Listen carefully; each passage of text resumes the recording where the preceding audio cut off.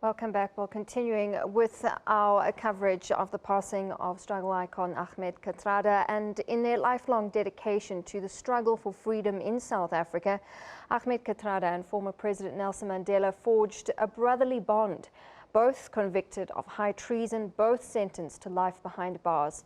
In the years following Madiba's death, Kathrada, whom Madiba affectionately called Kathy, paid homage to his beloved friend and struggle icon on various occasions.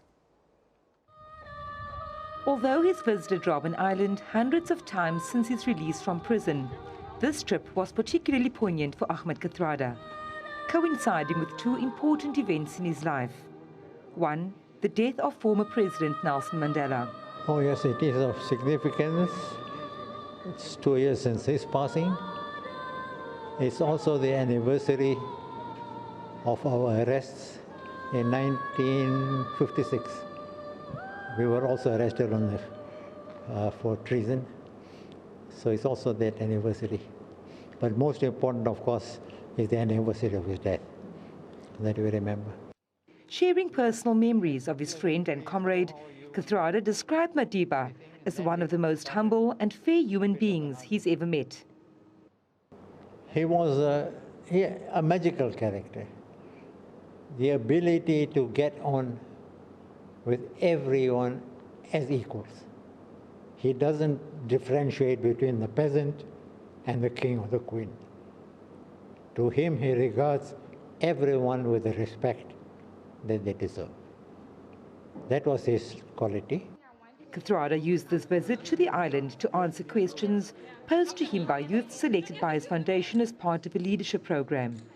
His message: to never forget the tremendous sacrifices of those who had gone before. The freedom that they enjoy today, they should remember it didn't fall from heaven. It was fought for, it was sacrificed for.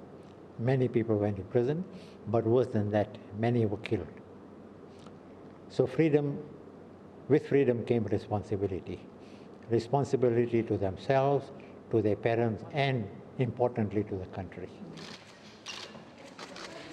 A few months earlier, Kathrada spoke at the unveiling of a bronze bust of Madiba at City Hall in Cape Town. It was on the steps of this building that Mandela made his first speech as a free man on the 11th of February 1990. Here, Kathrada paid tribute to Madiba and the generation of freedom fighters who all struggled tirelessly for democracy. We must always remember the legacy of Madiba and the legacy of that generation of people. Walter Sisulu, Governor Mbeki, Raymond Mhlaba, Joe Slovo, Moses Kotane, J.B. Marks, Luthuli. Those are the people we must remember as well. Because Mandela was an individual, but he always emphasized that he was always speaking as a part of a collective. He was just an individual, but part of a collective. And that's what we always have to remember. When we remember the individual Mandela, we must always remember those that were with him. Ahmed Kathrada is one of those who were with Madiba, one of those who, for decades, gave their freedom so that we may have ours. Vanessa Puna, SABC News, Cape Town.